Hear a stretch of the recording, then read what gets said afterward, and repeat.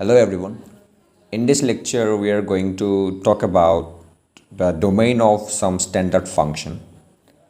আমি ইতিমধ্যে পঢ়িছোঁ যে ডোমেইন কি হয় ডোমেইনটো এনেকুৱা এটা বস্তু মানে যাৰ কাৰণে সেই ফাংচনটো ভ্যালিড হয় অৰ উই কেন সে যে y equal two f of x ইয়াত এক্সটো হৈছে এটা ইনপুট আৰু মানে এই এক্সৰ ভ্যালুবোৰৰ কাৰণে যদি আমাৰ yটো ডিফাইন হয় তেতিয়া এই এক্সবোৰক কম আমি ডোমেইন বুলি ওকে তো আমি কিছুমান স্ট্যান্ডাৰ্ড ফাংশন ললো ফাৰ্স্ট যদি y equal two 1/f of x থাকে তেতিয়া হ'ব ইয়াৰ কণ্ডিশ্যনটো ইয়াতে আমাৰ এইটো আমাৰ কি হয় ডিনোমিনেটৰ হয়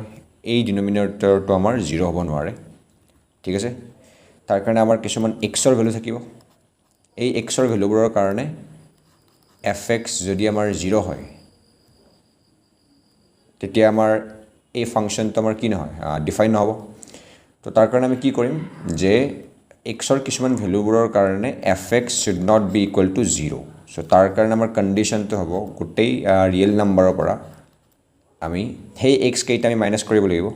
যাৰ কাৰণে f of x is 0 হয় ওকে এইটো হৈছে তাৰ কণ্ডিশ্যন সেকেন্ড কণ্ডিশ্যনটো আমি চাই লওঁ য'ত y equal two log of এইটো এটা আমাৰ সেকেন্ড স্ট্যান্ডাৰ্ড ফাংশন যদি আমাৰ এনেকুৱা টাইপত থাকে log of fx আৰু তাৰ বেসটো আছে gx তেতিয়া কি হ'ব আমাৰ লগৰ আমাৰ কিছুমান যে আছিল প্ৰপাৰ্টি বিলাক হেইবিলাক যদি আমি ইউজ কৰি চাও যে f of x is greater than 0 আৰু কি হ'ব লাগে g of x is greater than 0 কিন্তু এটা কি আছিল যে g of x not equal to 1 হ'ব লাগিব ঠিক আছে এতিয়া 3 নম্বৰটা ফাংশন ললো y equal to a to the power f of x এই ক্ষেত্ৰত কি হয় আমাৰ a টো স্ট্ৰিক্টলি গ্ৰেটাৰ দেন 0 হ'ব লাগিব আৰু a not equal to 1 আৰু f of x should be real এইটো এনেকুৱা মানে যিকোনো হ'ব পাৰে এই f of x টো আমাৰ যিকোনো হ'ব পাৰে কিন্তু h to a টো আমাৰ পজিটিভ হ'ব লাগিব 1 হ'ব নোৱাৰে ঠিক আছে আকৌ এটা লৈছো আমি y equal to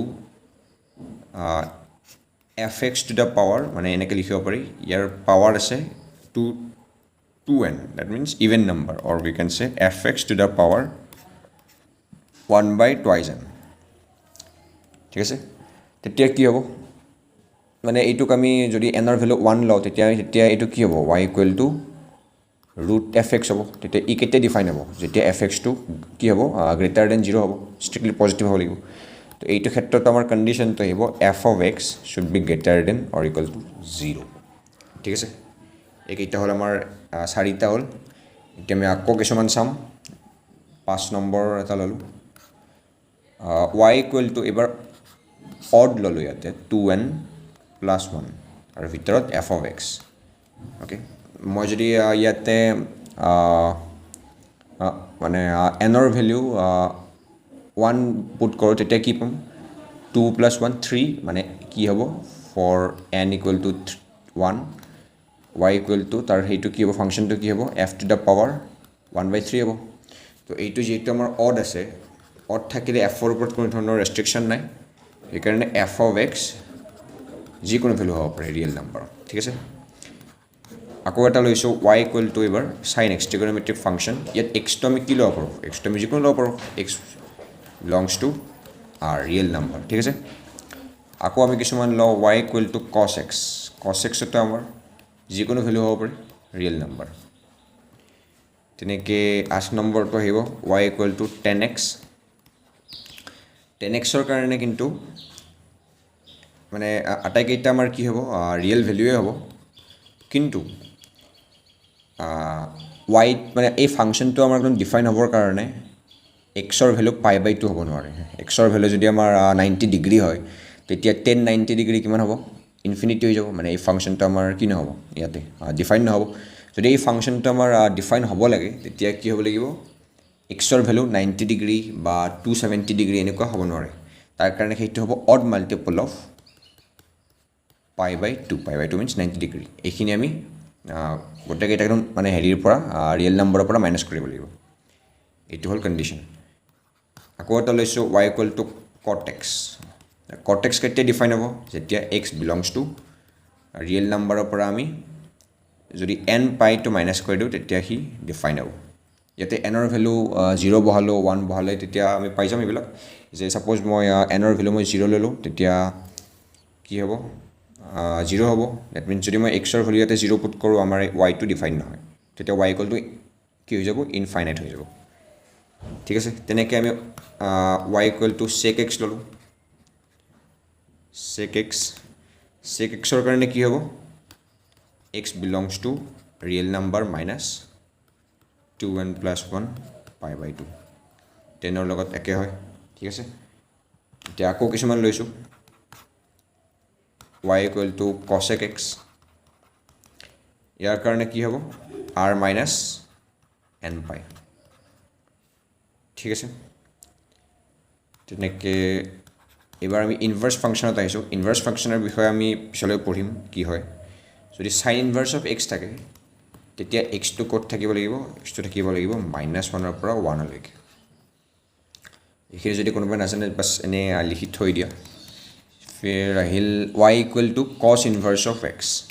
এইটো ছেইম হয় ইয়াতো আমাৰ -1ৰ পৰা 1লৈকে থাকিব মানে এই ইনপুটটো আমাৰ -1ৰ পৰা 1লৈকে হ'ব পাৰে মানে cos ইনভাৰ্ছ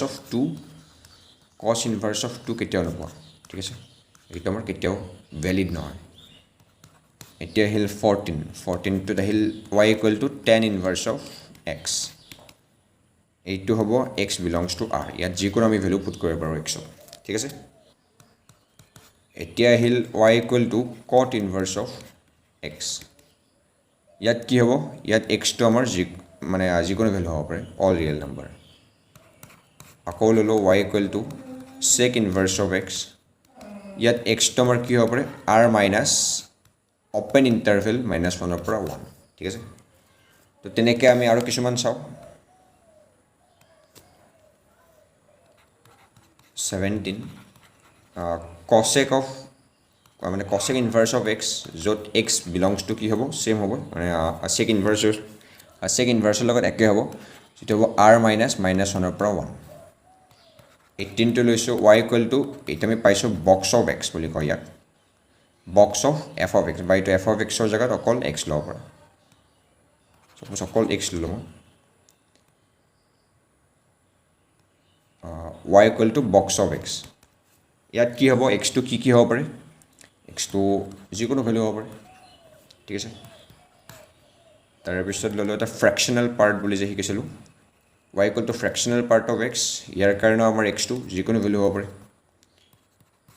এইবাৰ আহিল মডুলাছ অফ এক্স যদি মডুলাছ অফ এক্স থাকে আমি কি কৰিম ইয়াতো এক্সটো আমাৰ যিকোনো ভেলু হ'ব পাৰে ইনপুটটো যিকোনো আমাৰ হ'ব পাৰে তেনেকৈ আকৌ এটা লৈলোঁ এক্সপনেনচিয়েল e to the power F x suppose ইয়াত এফ এক্সটো কি হ'ব পাৰে যিকোনো হ'ব পাৰে F x belongs to R এইখিনি বাছ লিখি থৈ দিব লাগিব 22 নম্বৰটো ল'লোঁ y equal to f of x to the power G of x এইটো ইম্পৰ্টেণ্ট হয় ইয়াতে মানে যদি আমাৰ এনেকুৱা ফাংচন থাকে variable to the power variable মানে ঠিক আছে তেতিয়া মানে আমাৰ ডেফিনেশ্যনৰ হিচাপত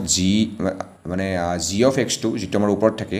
সেইটোৰ ওপৰত কোনো ৰেষ্ট্ৰিকশ্যন নাই তো G of x belongs to R মানে জি অফ এক্সে আমাৰ যিকোনো ভেলু ল'ব পাৰে অল ৰিয়েল নাম্বাৰছ কিন্তু এফ অফ এক্স হ'ব লাগিব ষ্ট্ৰিক্টলি গ্ৰেটাৰ দেন 0 এইটো বহুত ইম্পৰ্টেণ্ট হয় 22 নম্বৰটো ঠিক আছে আকৌ কিছুমান চাই লওঁ আমি 23 y equal to f of x P G of x এইটো কি হয় এইটো আমি পাৰমুটেশ্যনত পঢ়িম পাৰমুটেশ্যন কম্বিনেশ্যন ইয়াত আমাৰ এফ অফ এক্সটো নেচাৰেল নাম্বাৰ হ'ব লাগিব স্বাভাৱিক সংখ্যা জি অফ এক্সটো আমাৰ হোল নাম্বাৰ হ'ব পাৰে ঠিক আছে আৰু এটা কণ্ডিশ্যন আছে F of x minus G of X is greater than or equal to 0 মানে এফ অফ এক্স আৰু জি অফ এক্স দুয়োটা সমান হ'ব পাৰে নাইবা এফ অফ এক্সটো আমাৰ জি অফ এক্সতকৈ কি হ'ব লাগিব এফ অফ এক্সটো ডাঙৰ হ'ব লাগিব এনেকুৱা ধৰণৰ কিছুমান কণ্ডিশ্যন আছে তেনেকৈ আকৌ কিছুমান ফাংচন আহিব য'ত আমি কম্বিনেশ্যন লগাম এফ অফ এক্স চি জি অফ এক্স ইয়াতো আমাৰ সেইটো কণ্ডিশ্যনটো এনেকুৱা ধৰণৰে f of x belongs to N g of x belongs to whole number আচ্ছা তাৰপিছত আহিব f of x minus G of x greater than or equal to 0 ঠিক আছে আকৌ এটা ল'লোঁ য'ত আমি y equal to f of x মানে F of x factorial suppose মানে এটা এক্সৰ এটা ফাংচন যাৰ আমি ফেক্টৰিয়েল উলিয়াম তেতিয়া কি হ'ব লাগিব এফ অফ এক্সটো আমাৰ কি হ'ব পাৰে হোল নাম্বাৰ হ'ব পাৰে ঠিক আছে তো এইখিনিয়ে হ'ল মানে আৰু কিছুমান ফাংচন থাকিব তো আমাৰ এইখিনি হ'ল আমাৰ মেইনলি ষ্টেণ্ডাৰ্ড ফাংচন যিখিনিৰ ডমেইনখিনি বিশেষকৈ আমি মনত ৰাখিবলগীয়া তো এতিয়া আমি কেইটামান কুৱেশ্যন কৰি চাওঁ যে find the domain of the function এটা ফাংচন দিয়া আছে y equal two log of x minus 1 x minus 2 আৰু ইয়াৰ বেছ ছাপ'জ 10 আছে তো ইয়াৰ আমাক ডমেইন লাগে ডমেইন মিনছ ইয়াতে এক্সৰ ভেলু কি হ'ব পাৰে ছাচ ডেট এই ফাংচনটো আমাৰ ডিফাইন হয় ঠিক আছে আমি এতিয়া পঢ়িছিলোঁ যে লগ এফ এক্স বেছ জি এক্স ই কেতিয়া ডিফাইন হয় যেতিয়া জি এক্সটো কি হ'ব গ্ৰেটাৰ দেন 0 কিন্তু 1 ইকুৱেল হ'ব নোৱাৰে আৰু এফ এক্সটো কি হ'ব লাগিব ষ্ট্ৰিক্টলি গ্ৰেটাৰ দেন 0 হ'ব লাগিব ইয়াতে জি এক্স হিচাপত আছে 10 10 ইজ মানে পজিটিভ হয় আৰু কি হয় একৰ সমান নহয় তো সেইটো কণ্ডিশ্যন ছেটিছফাই হৈ আছে কিন্তু আমাৰ ছেটিছফাইড কৰিবলগীয়া কণ্ডিশ্যনটো হৈছে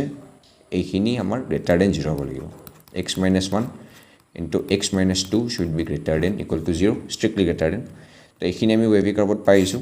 এইটো ক্ৰিটিকেল পইণ্ট 1 2 এইখিনি জাষ্ট তেনেকৈ এটা কাৰ্ভ বনাই দিলে হ'ল তো আমাৰ এক্সৰ ইণ্টাৰভেলটো হ'ব মাইনাছ ইনফিনিটিৰ পৰা 1 ইউনিয়ন 2 টু ইনফাইনাইট এইখিনি হ'ব আমাৰ তাৰ ডমেইন এক্সৰ ভেলু